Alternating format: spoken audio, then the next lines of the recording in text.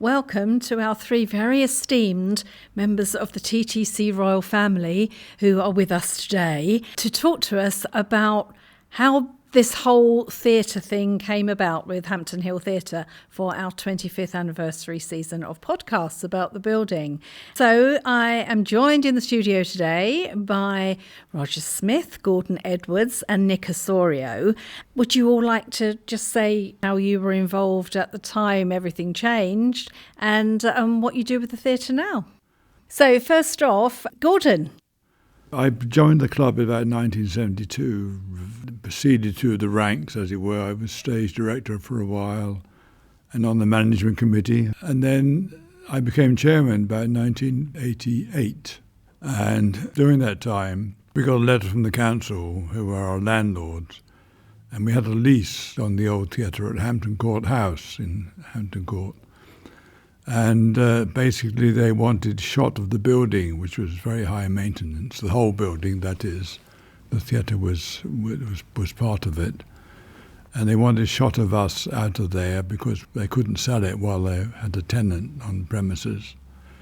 I, as chairman, met the council and discussed the situation. And then, after a while, they made us a formal offer, which were basically laughable. They wanted to get us out on the cheap. At that time, we had Michael Elliott as our legal advisor, a bulldog of a solicitor. He dealt with the council on the legal front. To cut a long story short, I think after I was chairman for a year and a half and decided that I really didn't want to carry on, and Roger took over in 1990.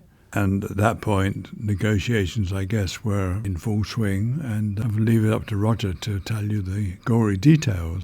So, Roger, what happened when you took over? Well, if I can go back a little bit into my personal history first, I also joined in 1972.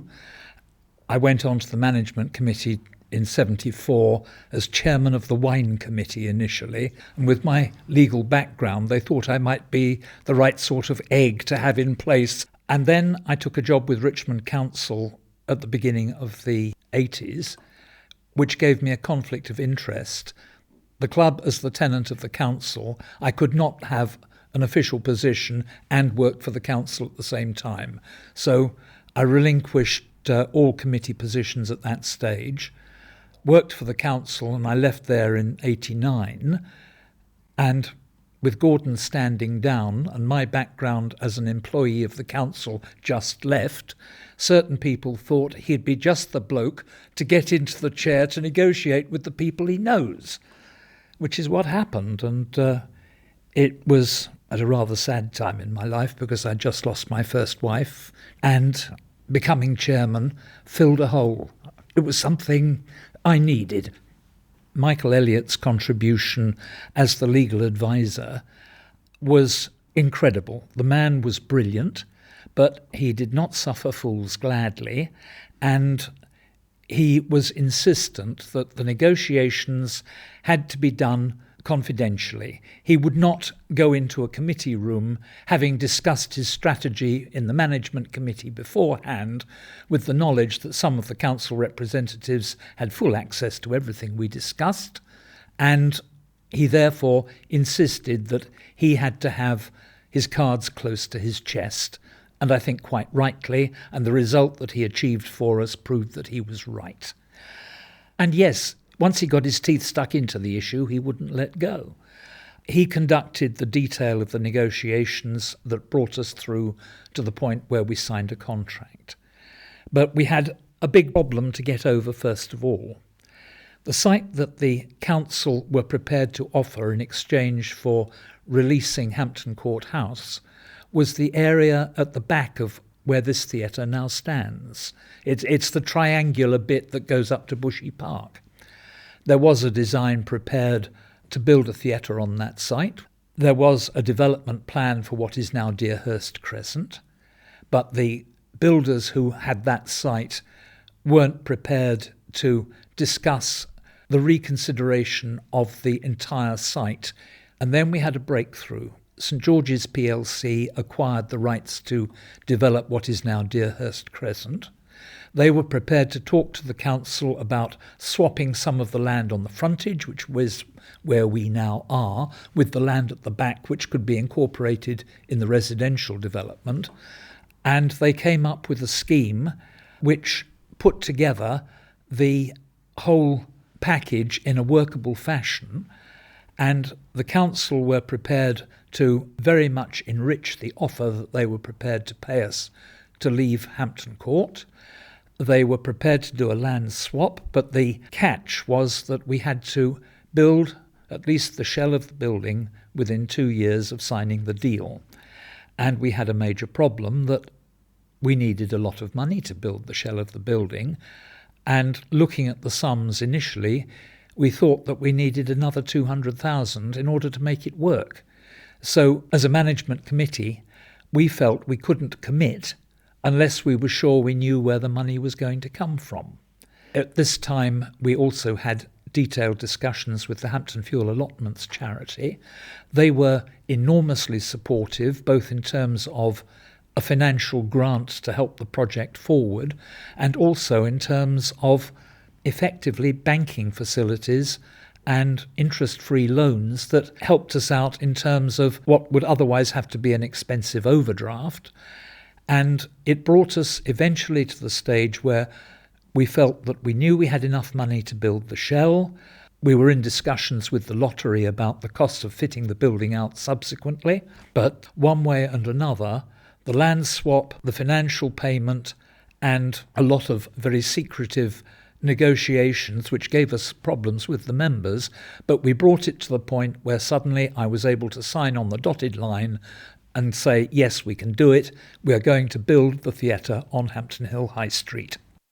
And it's your signature on the paperwork. It is my signature on the paperwork, and it's something I'm rather proud of. And Nick, what was your involvement? Was that on the negotiation or the more practical side of things? I joined later than Roger and Gordon, and I was just doing lighting. And I also doing lighting during the sort of interregnum period when we were putting on shows at the Vera Fetcher Hall, because we were out of Hampton Court and the new building hadn't been built.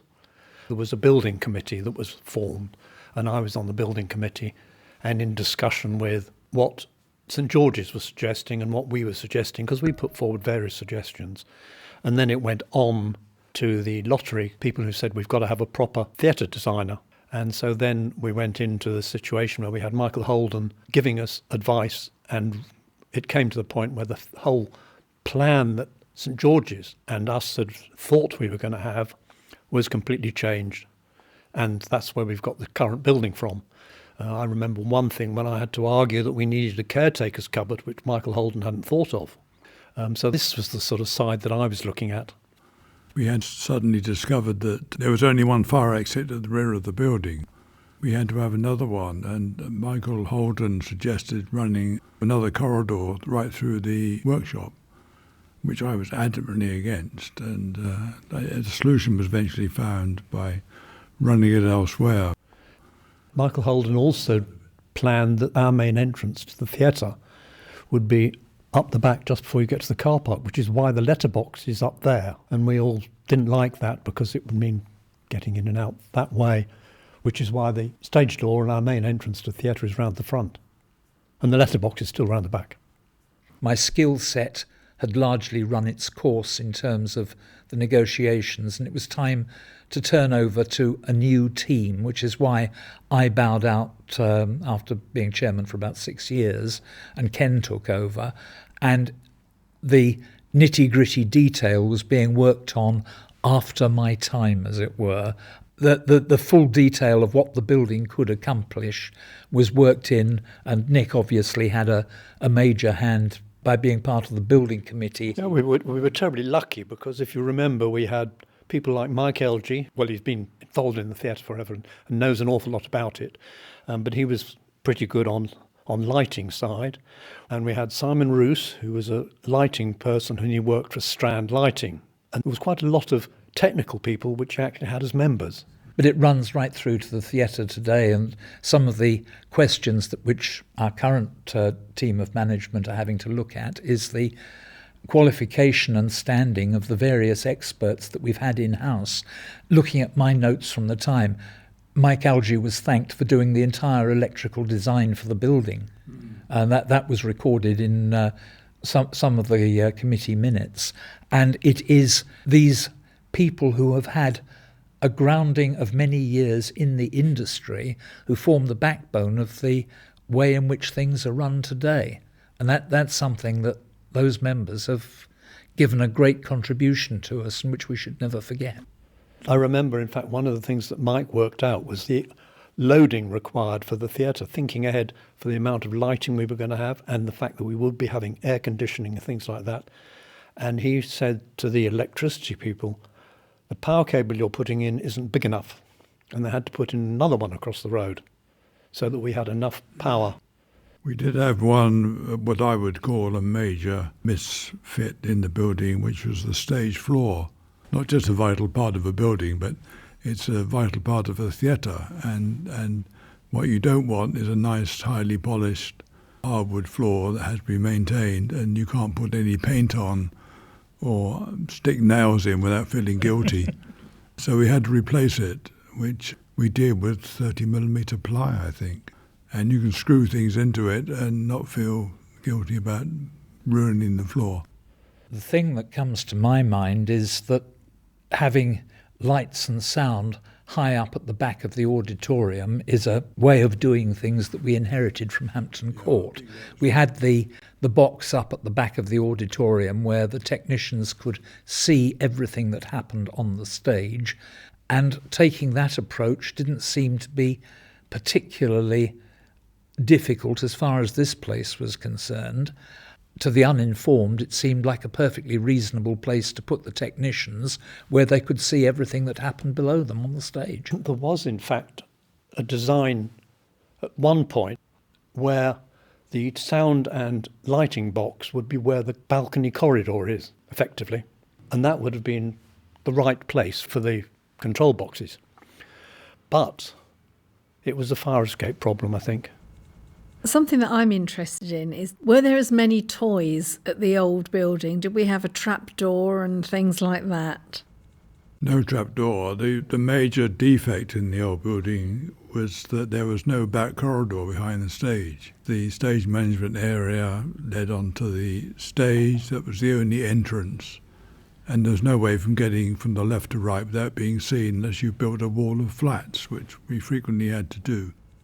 I remember when we did The Boyfriend, the back wall of the theatre was the back wall of the stage, and somebody needed a car moved in the car park. The car keys that were needed to move this car were in the pocket of the ASM, i.e. the blind bit that you couldn't get to without being seen. A gentleman called David Ketteridge was playing the waiter, and he came out, and he came across the back of the stage in an unscheduled entrance, balancing the tray sort of at shoulder height on his right hand, and went back 2 minutes later with the car keys safely on the tray and returned to the dressing room and enabled the manoeuvre to be carried out.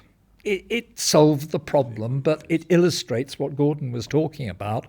You couldn't get from side to side without being seen unless you built a false wall. There was another item in the old theatre which meant some of us were pleased to move out because the theatre roof leaked. And I remember sitting in the lighting box once watching water drip out of the lights and running down the walls through the switches and things which were on the wall. And I said to my colleague at one point, seeing the water dripping out of the lights, should we switch that off? And she said, no, leave it on, keep it warm. And we did. I think the old building had got to the stage where it needed very major work, which the councillor's landlord would have been obliged to undertake had they wanted us to stay. And the entire heating system ruptured in the winter of 1990-1991. And I remember some of the club's more senior actresses going on stage with their winter woolies underneath their summer frocks and hot water bottles in their knitting bags to camouflage just how cold it was. And one of the heating pipes in the summer garden behind the bar at Hampton Court, it was a big old cast iron pipe of about 4 or 5 inches diameter, and it had just ruptured wide open for about 18 inches or 2 feet in length. It had literally just burst because they'd allowed it to freeze up.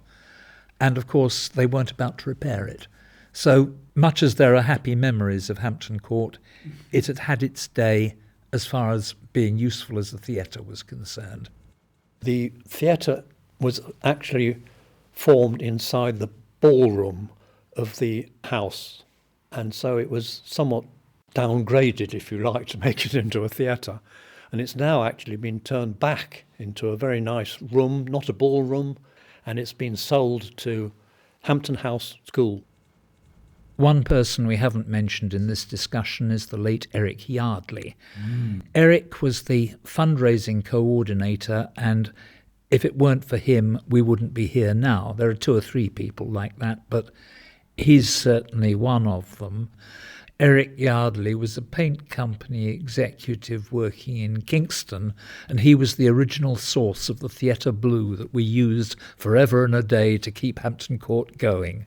And if he made 2 contributions in his lifetime, it was theatre blue and his fundraising. And Eric, as far as TTC's memories are concerned, is one of our great men.